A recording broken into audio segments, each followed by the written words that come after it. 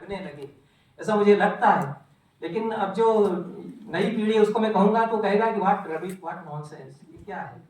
गायन्ति देवा किल गीत गानी धन्यास्तु ते भारत भूमि भागे स्वर्गाप वर्गास्पद हेतु भूते भवन्ति भूयः पुरुषा सुरत्वा। देवता आसमान से गीत गाते हैं भारत की धरती को देख करके कि जो लोग भारत की धरती पर रह रहे हैं कितने धन्य हैं। इस भारत की धरती पर रह करके अपना स्वर्ग और अपवर्ग दोनों पा सकते हैं। हम लोग तो एक ही जगह अटक करके रह गए हैं। वो मचलता है उनका मन कि हम भी भारत की धरती पर उतर करके आदमियों के साथ रह सकें। देवताओं में आदमी में हमारे यहाँ इस तरह से अंतर नहीं होता। जो भारत का बोध है, जिस भारत की मैं बात करता हूँ, उसमें देवता वैसे नहीं है कि आप मंदिर में जाके मनौती मांगिए, वो करेंगे, उनकी आरती कीजिए, पूजा कीजिए। वो तो हमारे बीच रमे हुए हैं, हम में है, हम उनके साथ हैं। तो ये देव और वो ये मानते हैं कि देवता हमारे साथ इस तरह से हैं कि हम हमारे लिए ललचते हैं। उनकी गरज हो जाती है कि आएंगे हम आदमियों के बीच में, उसी में हमारी सार्थकता है, क्योंकि उनको हमने ही तो बनाया है।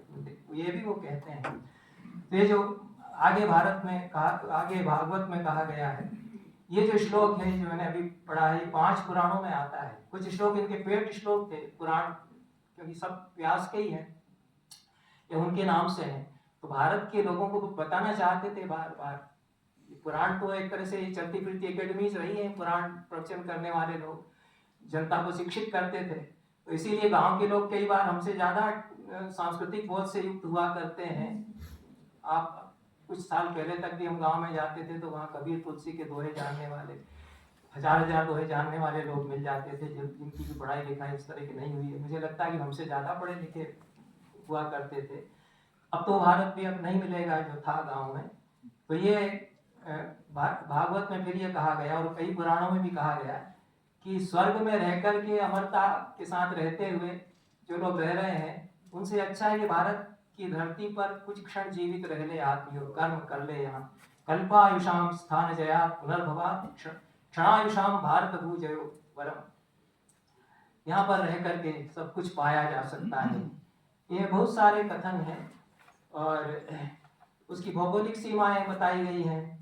उत्तरम यत् समुद्रस्य हिमालय शैव दक्षिणम, जो समुद्र के उत्तर से शुरू, समुद्र से लगा करके उत्तर की तरफ जाते हैं तो हिमालय तक जो है वो वर्षम तक भारतम नाम, भारतवर्ष वह है, देश नहीं कह रहे हैं। बार बार भारतवर्ष ही कह रहे हैं। सारे उद्धरणों में जो 2-3 पेज में मैंने पुराणों से नोट किए हैं, उन सभी में भारतवर्ष ही इसको कहा गया है। तो यह भारतवर्ष के गुणों को कौन बता सकता है। उसमें इतनी विविधताएं हैं और नाना शास्त्र परंपराएं हैं, नाना विद्या की परंपराएं हैं, यह सब इनमें कहा गया है।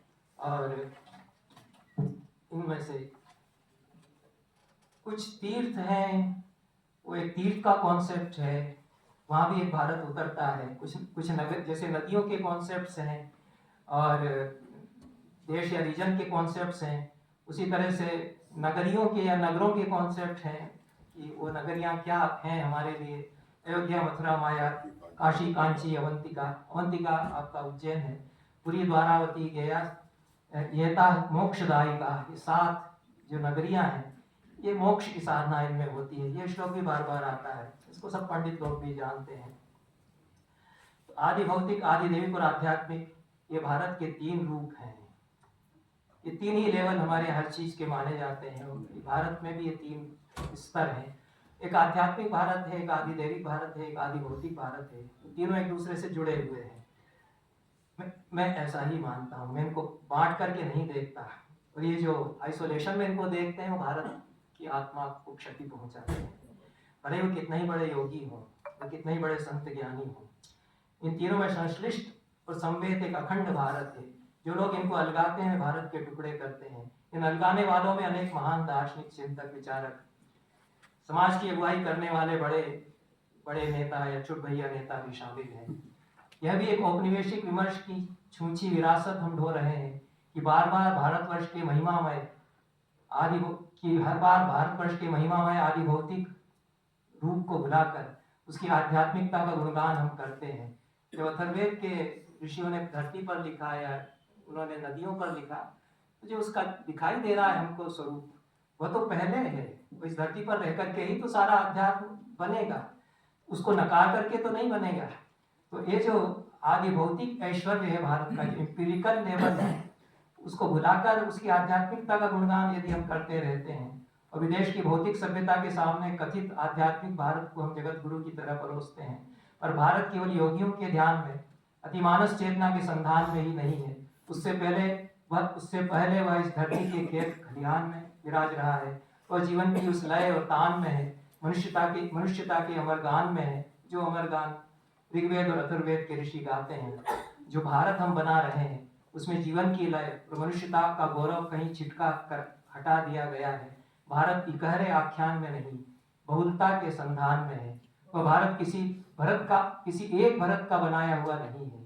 इसे ऋषभदेव के पुत्र भरत बाहुबली ने भी बनाया है। इसे दुष्यंत के पुत्र चक्रवर्ती भरत ने भी विस्तारित किया है। इसे नाट्यशास्त्र के प्रणेता भरत मुनि ने भाव, राग और ताल से सजाकर रसात्मक बोध से फिर रच दिया है। यह भरत मुनि के अनुयायियों का भी भारत है। यह भरत बाहुबली को पूजने वालों का भी भारत है। आज क्या हम भारत के भीतर मौजूद उन अनेक भारतों को भूलते जा रहे हैं जिन्होंने भारतवर्ष की संस्कृति को समृद्ध बनाए रखा है। भारतीय ज्ञान मीमांसाओं पर विचार करते हुए तथा भारत के इतिहास को पुनर्रचित करते हुए हम केवल भारत का इकहरा आख्यान तो नहीं प्रस्तुत कर रहे हैं। यह सोचना चाहिए जिस आख्यान में जगत गुरु हैं और दुनिया को सभ्यता का पाठ पढ़ाते रहे हैं। ऐसे समय में हम उस भारत को भूल जाते हैं जिसमें 80% जनता मुफ्त राशन लेती है, जिसमें आए दिन होने वाले बलात्कार और हिंसाओं की खबरों से अखबार भरे होते हैं। भारत के भीतर इस तरह के भी भारत हमने पैदा किए हैं। वो एक अलग भारत, जिस भारत का बहुत दीप्त जाज्वल्यमान दिव्य चित्र हमने प्रस्तुत किया है, तो वो भी कई भारत हैं जो कि भारत के भीतर हैं। पर उनके अलावा हम जिस भारत में जगत गुरु थे और हमारे ऋषि मुनि सर्वज्ञ हुआ करते थे, उस भारत के आज के इस भारत के बीच में कई भारतों की परतें हैं या कई भारत हैं। उनको हम भुला देते हैं। क्या आसन्न अतीत को बिसरा कर या नकार कर सुदूर अतीत के द्वारा किसी राष्ट्र, कंट्री या नेशन को उसकी समग्रता में पहचाना जा सकता है? इस सवाल में बार बार करता हूँ कि can we understand a country by discussing only the distant past and forgetting the immediate past? ये मैं लड़कों से पूछता हूँ कि 50 साल पहले की मेमोरी आपके पास कितनी है, क्या है? 60 साल पहले के भारत की आपके पास क्या मेमोरी है? 70 साल पहले के भारत की कोई मेमोरी आपके पास क्या है? अगर आपके पास नहीं है तो आप कैसे आदमी हैं? आप इस देश में रह रहे हैं, आपके पास 50, 60 साल, 70 साल पहले जो हिंदुस्तान था उसकी मेमोरी नहीं है। उसके बिना काम चल रहा है और आप वेद पुराण ऋषि और जगत गुरु भारत उसके गुणगान भी कर रहे हैं।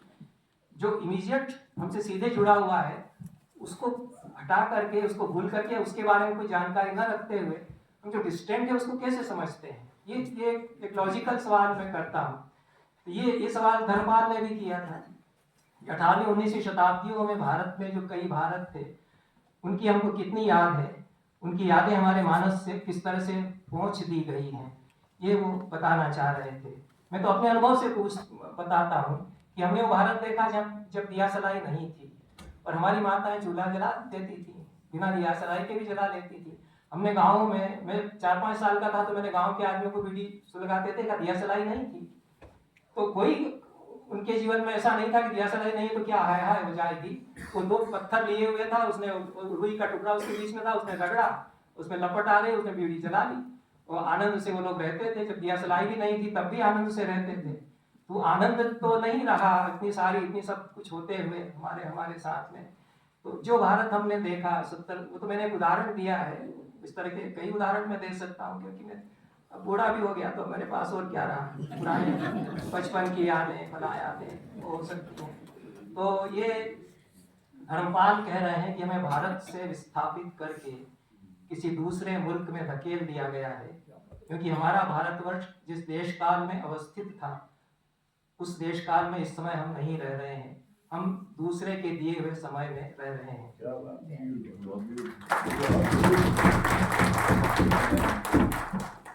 धर्मपाल 18वीं और 19वीं शताब्दी के भारत की खोज में संग्रहालयों में रखे हुए हजारों दस्तावेजों की छानबीन करते हैं और बताते हैं कि विज्ञान और तकनीक और अर्थव्यवस्था में और ग्राम नियोजन में एक स्वावलंबी देशज पद्धति और शिक्षा की आत्मनिर्भर व्यवस्था उत्तर से दक्षिण तक सारे भारत में चली आ रही थी।